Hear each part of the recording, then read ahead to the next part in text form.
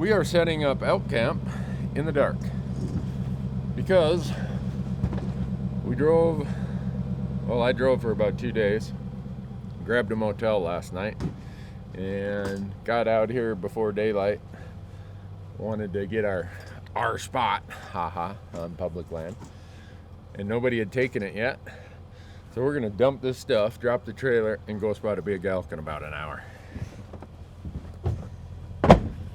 Because J.W. Pritchard, also known as Jerry, is going to shoot a really big elk tomorrow. You can take that to the bank. See, you guys hear me talk about on this podcast and all that stuff that I live out of Orion coolers. Here's 2 of them. I already unloaded one and I got 3 more in that trailer right there. Right here, Orion coolers. Look at all that nice blood down there. These are well used, heavily abused, and in perfect condition.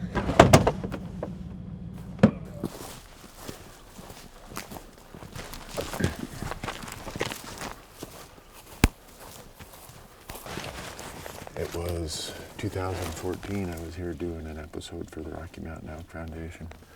And Randy Martin sat right here in these trees and shot about a 320 bull, right? Just come walking through there because all the traffic up on the road, they go up there and water and then they get pushed into canyons and stuff. He dumped that thing. I was out on the point glassing and I saw another one bedded over there and I was coming to get him. Kaboom! I'm like, did you shoot that bedded one? He said, no, I shot that one dead right down there below us. Well, I like the looks of it for when the pressure starts. This is where they're going to come. This is nice. Well, and my experience has been all those elk trails up high, everyone sits on those elk trails. They don't come down in here, which might be a good tactic. I've never hunted those elk trails. I just come down here.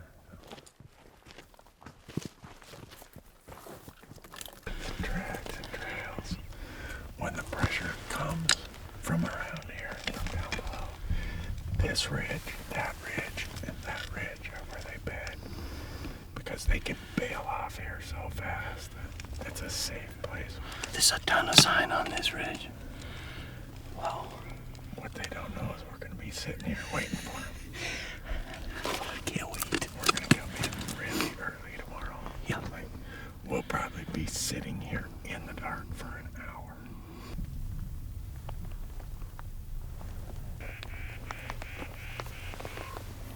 I don't know how you stumbled across this, but this is perfect. If you saw how many miles of tracks I have on my GPS looking for spots like this. You see them right there? Yeah. We wouldn't shoot that one. But he's probably got one friend with him. I was going to say, I bet you there's more. I just think there's got to be another one with him. So he's acting like they're either below or around the corner. Well, I think this is a good sign. Not quite what we're looking for, but it's a good sign. With hunting pressure, when they come around this side, they come right down in this bowl right here. How far is it? Is it across? Across to that barren hillside's 490. So what we would do is we'd drop down here, we'd come up that rock spine, and you see that rock lip right there. Yeah. From there, your shots are about 2 to 250.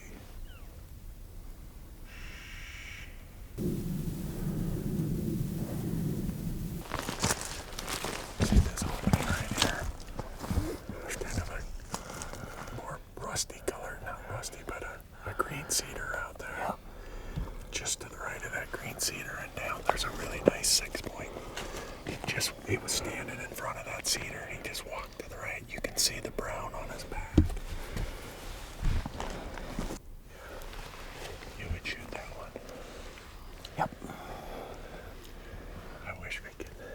I don't know how you can get any footage of it though. He's, you can see him with the naked eye going up the ridge there. He's a great big one. There's one in front of him that's nice too. But that one behind, he's a great big one. That one right there. Yes, that is a monster. Hey, grab that tripod. Grab that tripod. That is a. Or there. Where at? There, where you can see them with the naked eye. They're going up the ridge over there. You're good. Just... That last one's really, really wide. I don't see him, but They just went to the trees. So they walk out of the trees. There's one in front of get them. on the sticks. There he goes. That's not the bigger. That's the big one right there. Where you at? This is a different group. Right across the ridge from us. 12 o'clock. We're walking left. Oh yeah. Yeah, This that's a one that's about to come out ready. Look at him. Oh my God. That's a great big one. That's a great big one. You're right. And he's really wide. That's different than the ones I just saw. He's really, really Now wide. that one you want to shoot. Oh, the one he's with is nice, but he doesn't have The one in the back is Big Ang. Yeah, he's a big one. This guy coming out. No, that guy coming out is a nice one, but the next one's bigger. 508 yards. Yeah, this is a very nice 6, but this one coming up. Wait till you see this one coming out here in a second. That's exactly where that big one was that Matthew and I were hunting. Look at that one. That is just a monster right there. But I can't get over how wide he is. He's not got a single broken point. Man, oh man. I'd love to get a poke at him. Wow. Duck in his head under the tree. What's that? I said, look at him ducking his head under the tree. Look at how wide he is. Yeah. Boy, that's a big That is a big bull. That is a big bull, even by Arizona standards. The one that's with him ain't bad. No. Those are different than the ones I just saw. Man, oh man. Yeah, when he's got a bob and weave like that to get through the trees, you know he's a big one. That's the biggest elk I've ever seen in my life. I don't know that he's got a bunch of mass, but I don't know that I've seen that. He's got good mass. I just can't get over how wide he is. Looking over here. Yeah, they hear us. I mean, that's a nice bull at number 2. Really long The fifth. one that's walking away right now. Yeah, there's the big one to his left. I can barely get through the woods. Wow, that's a completely different group. There's 4 more right down here. There were 2 of them right, either one of them. But that, well, I'd love to get a shot at that one in the back. Holy moly.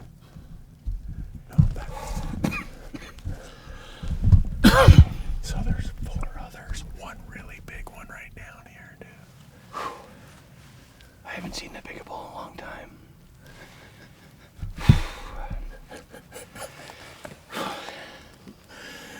Holy smokes. That was a big one. That's a great big one. That's a great big one there. I saw the first one go down. I thought, well, that's a nice bull right there. Wow. At that kind of distance, too, when you can see that. Well, we gotta be in this basin in the morning. What are you supposed to do? Go bed on the other side of that? Yeah, if they bed over there today, part of me is wondering if we want to get up on that rock. And when they come cruising through there in the morning, you shoot them at 240 yards. Man, oh man, that was a nice bull.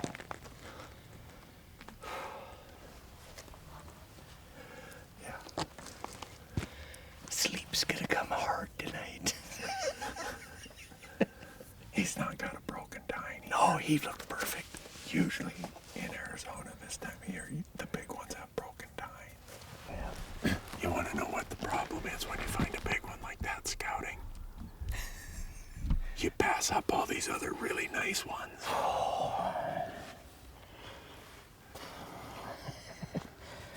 Well, you make a good point. But tell the audience what you saw, Jerry. In my world, there's big and then there's great big. He's on the great big side of the equation. And he happened to be with a big. So that means he's really great big. Wow. That tree they walked by is the same exact tree that big bull fed on 4 years ago, where I wouldn't let Matthew shoot because it was 400. So what are they doing? Are they watering and then just slowly feeding all morning up? Yeah. Yeah. So he came across it a little before 9. And you think maybe they just passed this one by? They weren't maybe together then? Yeah. Because when they came walking through, I saw him turn and look, and I saw 3 elk go through. So I know there's 4 elk. Those 3 are a bachelor group. This guy, he's a nice 6-point, but he's not like that big one. Man, I love it. The fun of hunting with Jerry Pritchard is the excitement is genuine and real. I ain't even got a rifle. I can't hardly breathe right now.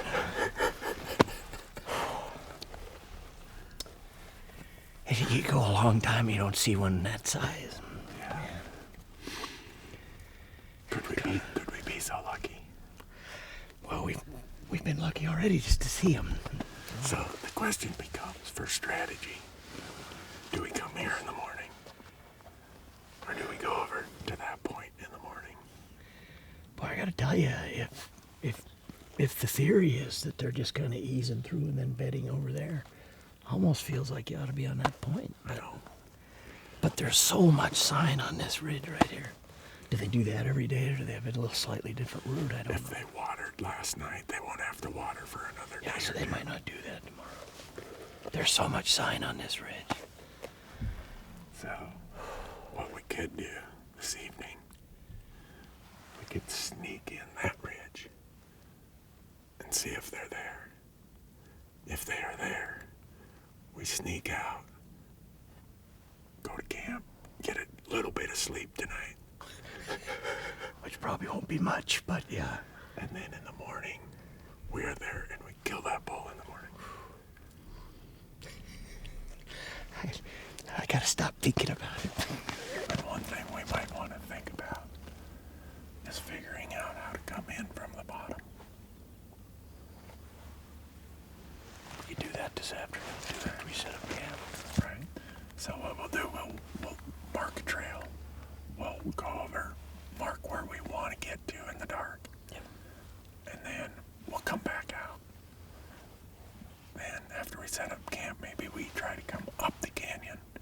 Because in the morning we would have, then we wouldn't be messing this up either. Because when we walk through this in the dark, this is getting screwed up. That's a good point. That's what I say. That's a big one.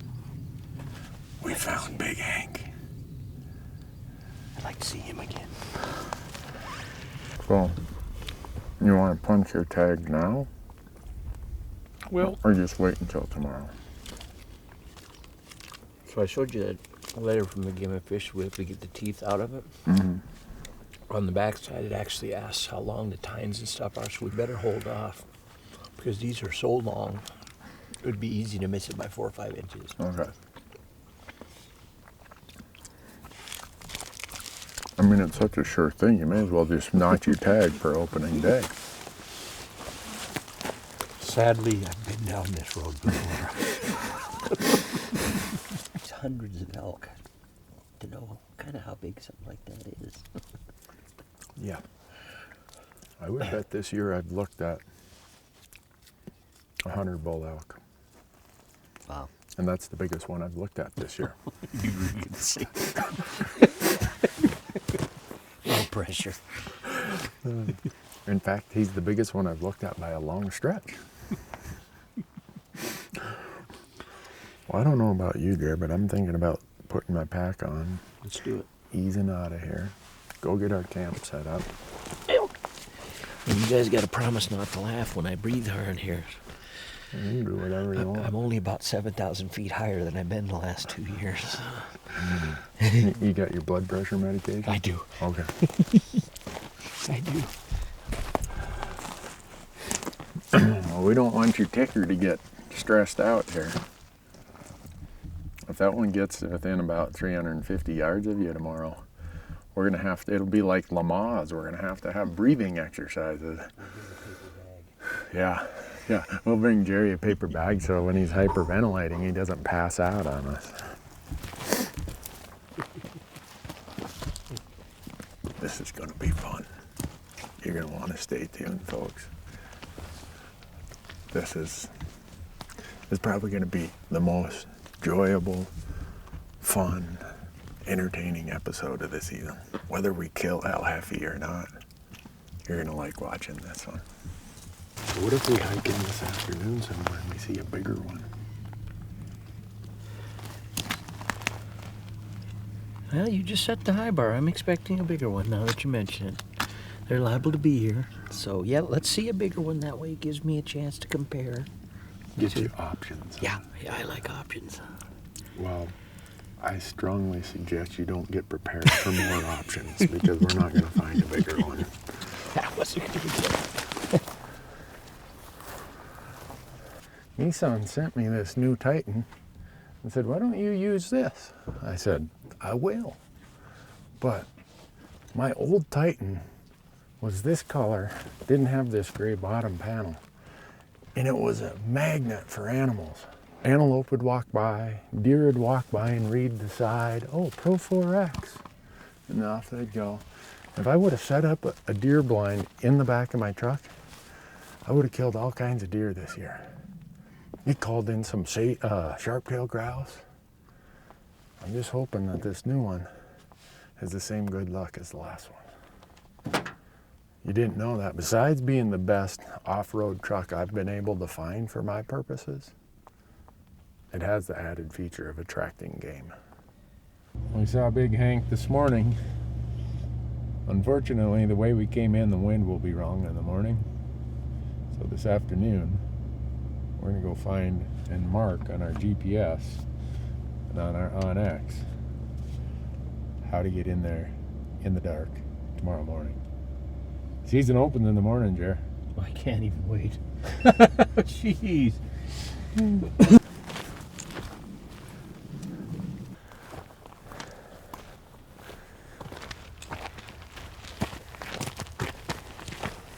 it's afternoon.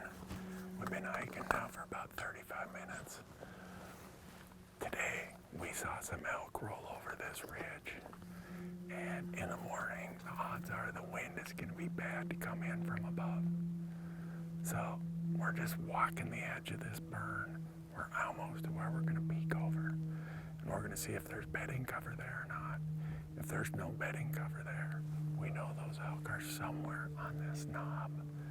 And we got to figure out how to get in here in the morning. We're all in on this elk. All in. I mean, we're just throwing down and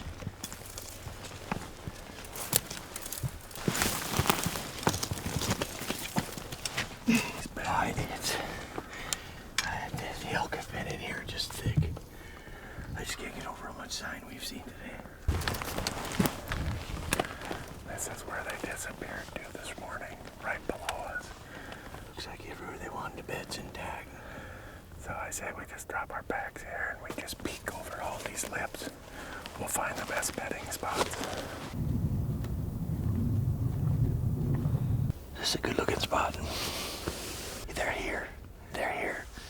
And I just don't see how we can't see them crossing sooner or later here. It's gonna be a long night. You gonna make it? It's gonna be, yeah, it'll be a long night, but we're gonna make it. I can't even wait for the sun to come up tomorrow. I can't either. Because El Jefe's gonna be right over there feeding away. El Jefe's here somewhere. And no one screwed with him. What if we got someone who's already up here when we show up at 4 in the morning? We'll have to remove him from the rock. What if we're here and someone shows up? Well, we'll remove them from the rock. Thanks for watching, folks. This is more fun. Usually got to break the law to have this much fun.